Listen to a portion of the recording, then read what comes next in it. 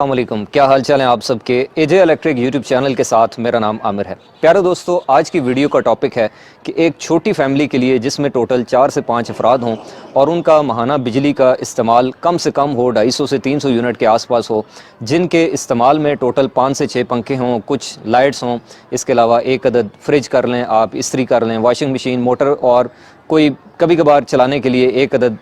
1 ton का inverter AC कर लें। तो इस तरह की फैमिली के लिए और इस तरह के घर के लिए कौन सा सोलर सिस्टम सूट करता है जो कि बजट फ्रेंडली हो और साथ में क्वालिटी पे भी किसी किस्म का कॉम्प्रोमाइज़ ना हो। तो आज मैं मौजूद हूँ एक ऐसी लोकेशन के ऊपर जहाँ पर हमने एक 3 किलोवाट का सोलर सिस्टम इंस्टॉल किया है, जिसके अंदर 590 वाट के जिंको सोलर के एन टाइप बाइफिशियल 6 अदद सोलर पैनल्स को इंस्टॉल किया है जी L3 स्टैंड्स के ऊपर। अब यहाँ पर जो लोकेशन है इसमें अगरचे बाउंड्री वॉल है साइडों के ऊपर, यहाँ पर चूँकि गाटर वाला स्ट्रक्चर लगना चाहिए, लेकिन चूँकि मैंने जिक्र किया कि एक तो हमने सिस्टम को बजट फ्रेंडली भी रखना है और दूसरी जो मेन रीज़न है वो ये है कि ये घर एक रेंटेड हाउस है। यहाँ पर जिस फैमिली ने इसको इंस्टॉल किया है वो किराए पर रहते हैं और कल को इनका प्रोग्राम ये है कि जब ये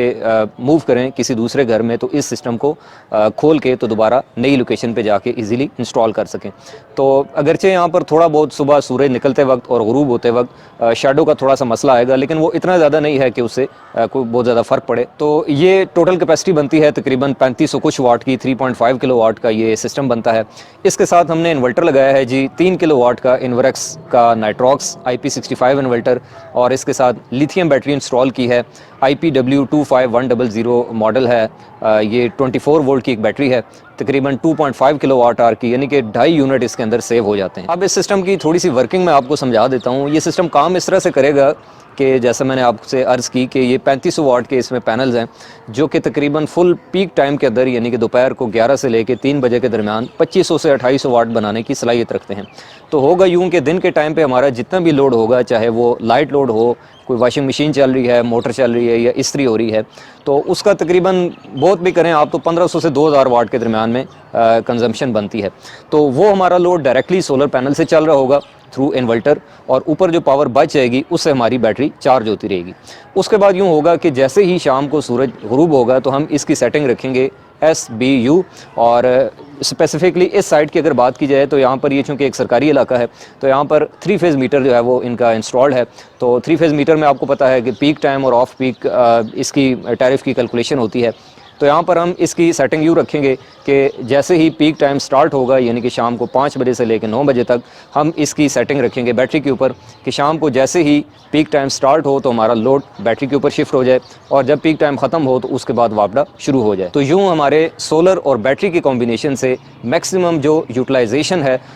वो होगी और वापडा का जो पोर्शन है वो रात के थोड़े से वक्त में रह जाएगा। और अगर आपके पास सिंगल फेज़ मीटर है तो सिंगल फेज़ में आपको पता है कि स्लेब वाला निज़ाम होता है। अगर आप मुसलसल 6 माह तक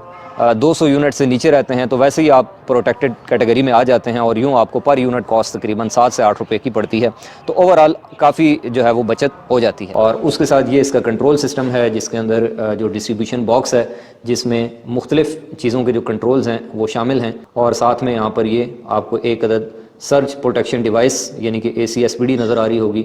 ताकि अगर आसमानी बिजली की सूरत में या बारिशों के मौसम में अक्सर ग्रिड से आने वाले जो फॉल्ट्स होते हैं जिनकी वजह से लोगों की चीज़ें वगैरह जल जाती हैं तो उसकी प्रोटेक्शन के लिए ये SPD जो है वो लगाई। इस कंट्रोल सिस्टम में सबसे ऊपर आपको 3 अदद इंडिकेशन लाइट्स नज़र आ रही होंगी जिसमें दूर से ही आपको वापडा, हैवी लोड और लाइट लोड की इंडिकेशन जो है वो मिल जाती हैं। चूँकि ये एक डुअल आउटपुट इन्वर्टर है तो इसमें हैवी और लाइट लोड के आपको अलग अलग जो है वो पोर्ट्स दी जाती हैं। अच्छा, DB बॉक्स को अगर हम ओपन करते हैं तो यहाँ पर देखें आपको अलग अलग हर चीज़ के ऊपर जो मार्किंग है, जो टैग्स हैं वो नज़र आ रहे होंगे, जिसमें सबसे पहले नंबर के ऊपर आपकी जो ग्रिड है उसकी इनपुट का ब्रेकर है, इन्वर्टर की वापडा को कंट्रोल करने के लिए प्रोटेक्शन डिवाइस है। अच्छा, उसके बाद हैवी और लाइट लोड को बाईपास करने के लिए 2 अदद आपको मैनुअल डिन रेल टाइप चेंज ओवर्स मिल जाते हैं जिनमें आप इसको ऊपर वाली साइड पे करेंगे तो सोलर पे चलेंगे और अगर आप अपने सिस्टम को बाईपास करना चाहते हैं तो फिर आप इसको नीचे करेंगे तो वापडा के ऊपर चलेगा। उसके बाद हैवी और लाइट लोड के ब्रेकर्स और जो DC ब्रेकर है यानी कि जो पैनल्स और इन्वर्टर के दरमियान जो ब्रेकर है वो भी यहाँ पर दिया गया है। अब आ जाएं जी इसकी मेन स्क्रीन की जानिब। तो यहाँ पर अभी का जो स्टेटस है, अभी देखें शाम के तकरीबन 6:52 हैं और यहाँ पर ये 370 वाट वापडा से आ रहे हैं और 320 वाट का लोड चल रहा है। 50 वाट तकरीबन इन्वर्टर अपनी सेल्फ कंजम्पशन कर रहा है और 30% हमारी बैटरी का इस वक्त स्टेटस है। रात का टाइम है तो सोलर इस वक्त 0 है। अच्छा, अब देखें सेटिंग में मैं जाता हूँ। यहाँ पर मैंने सेटिंग इस तरह से रखी है कि मैंने यहाँ पर time of use mode select किया है और मैंने इन्वर्टर को गाइड किया है कि शाम के 5 बजे से लेके रात के 9 बजे तक लोड हमारा बैटरी पे चले और जब बैटरी 30% रह जाए तो उसके बाद फिर वापडा पे लोड शिफ्ट हो जाए, यानी कि पीक टाइम वाला सारा लोड हमने बैटरी के ऊपर चलाना है। अच्छा, उसके बाद अगर वापडा चली जाती है तो 40% पे जाके हमारा हैवी लोड यानी कि स्मार्ट लोड ऑफ हो जाए ताकि लाइट लोड के ऊपर हमें बैकअप स्ट्रॉन्ग मिल सके। तो इस तरीके से इन इन्वर्टर्स के अंदर सबसे बड़ा फ़ायदा ये होता है कि आप अपनी मर्ज़ी से कोई भी टाइम सेलेक्ट करके अपनी बैटरी की जो चार्जिंग है, डिसचार्जिंग है, पीक टाइम के कंट्रोल्स हैं, ये सारी चीज़ें आपके इख्तियार में होती हैं। आप किसी भी चीज़ को तब्दील कर सकते हैं, जबकि जो IP21 इन्वर्टर हैं उनके अंदर आपको इस तरह के एडवांस कंट्रोल्स नहीं देखने को मिलते। और ना सिर्फ ये, बल्कि आप ये जो लॉगर स्टिक है इसको आप अपने घर की मोडेम से कनेक्ट करके ओवर दी वाईफाई आप जितना भी जो डाटा है वो इसकी जो एंड्रॉयड मोबाइल एप्लीकेशन है उसकी मदद से दुनिया में कहीं से भी बैठ के इसकी मॉनिटरिंग भी कर सकते हैं, सेटिंग भी कर सकते हैं और देख सकते हैं कि आपने आज के दिन या इस महीने में या फिर टोटल कितने यूनिट सोलर से कंज्यूम किए, कितने आपने बैटरी से लिए, कितने वापडा से लिए, कितने बैटरी को दिए और कितनी आपकी ROI है। अब आ जाएं जी सबसे इम्पोर्टेंट फैक्टर की जानिब, वो ये है कि आज की डेट में यानी कि जनवरी 2026 में अगर आप ये सिस्टम इंस्टॉल करवाते हैं या फिर जब भी इंस्टॉल करवाते हैं तो कितना बजट आपको जहन में रखना चाहिए। तो इन सारी स्पेक्स के साथ इस सिस्टम के ऊपर जो कॉस्ट है जी वो बनती है तकरीबन 6 लाख के आसपास। अब आप हैरान होंगे भाई ये 3 किलोवाट का सिस्टम है और 6 लाख में, हालांकि 3 किलोवाट तो 2.5 से 3 लाख में भी लग जाता है, 4 लाख में भी लग जाता है। तो देखें इसी के अंदर जो है वो क़यामत मुज़मिर है। इसी में सारे फैक्टर्स जो हैं वो पोशीदा हैं। जो आपका 3 से 4 लाख वाला सिस्टम है 3 किलोवाट का, उसके अंदर आपका लगता है जी IP20 कैटेगरी का इन्वर्टर और उसके साथ लिथियम की जगह आप तेज़ाब वाली बैटरियाँ लगाते हैं और इसके अलावा भी काफ़ी सारे फैक्टर्स हैं जो कि मैं आगे चल के आपके गोश गुजार करता हूँ। पहली चीज़ है जी सोलर इन्वर्टर जो कि सबसे इंपॉर्टेंट है और जैसा कि मैंने आपसे अर्ज़ किया कि इसमें IP65 इन्वर्टर है जिसकी 5 साल की वारंटी है। दूसरी तरफ अगर आप IP21 इन्वर्टर लगाते हैं तो उसमें सबसे जो मेन चीज़ आती है वो ये है कि एक तो उसकी वारंटी ही 1 साल है, फिर दूसरा उसके कंपोनेंट्स की क्वालिटी थोड़ी कमज़ोर है अगरचे वो सस्ता है, और तीसरी सबसे इंपॉर्टेंट चीज़ है जी इन्वर्टर की सेल्फ कंजम्पशन। क्योंकि जो आपके IP20 कैटेगरी के इन्वर्टर होते हैं उनकी अपनी जो सर्किट को चलाने की कंजम्पशन है वो तकरीबन 100 से 120 वाट होती है। तो अगर एक इन्वर्टर 24 घंटे चल रहा है और उसकी अपनी सेल्फ कंजम्पशन हम 100 वाट भी लगा लें तो तकरीबन एक दिन के वो 2 से 2.5 यूनिट तो वो खा जाता है और महीने के करें तो तकरीबन 70 से 80 यूनिट वो खा जाता है। तो यही वजह है कि काफ़ी सारे लोग जो गिला करते हैं कि जी कि सोलर लगने के पहले भी हमारे उतना ही बिल आता था, सोलर लगने के बाद भी उतने यूनिट खर्च होते हैं, तो उसकी मेन रीज़न ये होती है कि आपका इन्वर्टर जो है उसकी सेल्फ कंजम्पशन इतनी ज़्यादा होती है कि वो ओवरऑल जो है वो कोई फ़र्क डालने से कासिर रहता है। और उसके मुकाबले में अगर आप IP65 इन्वर्टर की बात करें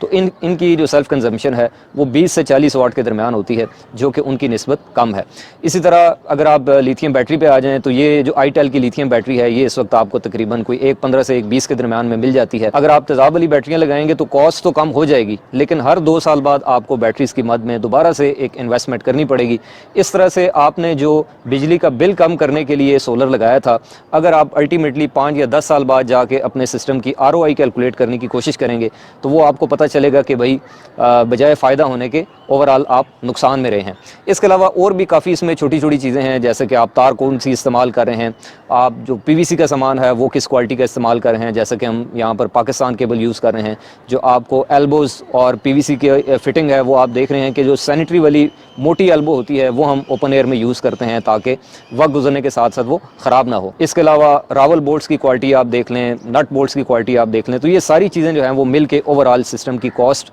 डिज़ाइन करती हैं और इन्हीं के ऊपर मुनसर होता है कि आपका सिस्टम कितने साल चलने वाला है। मैं उम्मीद करता हूं कि आपको आज की वीडियो जो कि एक 3 किलोवाट के कंप्लीट हाइब्रिड सोलर सिस्टम की इंस्टॉलेशन रिव्यू के ऊपर मुश्तमिल थी, जिसमें मैंने आपको बताया कि IP65 इन्वर्टर और लिथियम बैटरी का इस्तेमाल करते हुए कैसे आप एक बुनियादी छोटे घर के अंदर सोलर सिस्टम इंस्टॉल करके अपना बिल कंट्रोल कर सकते हैं। और इस सिस्टम में आपको 2 फ़ायदे होते हैं, एक तो आपका बिल मिनिमाइज़ हो जाता है, दूसरा आप लोड शेडिंग जैसी आफत से भी निजात हासिल करते हैं। इंशाल्लाह आपसे मुलाकात होगी नेक्स्ट वीडियो में, तब तक के लिए खुदा हाफिज़।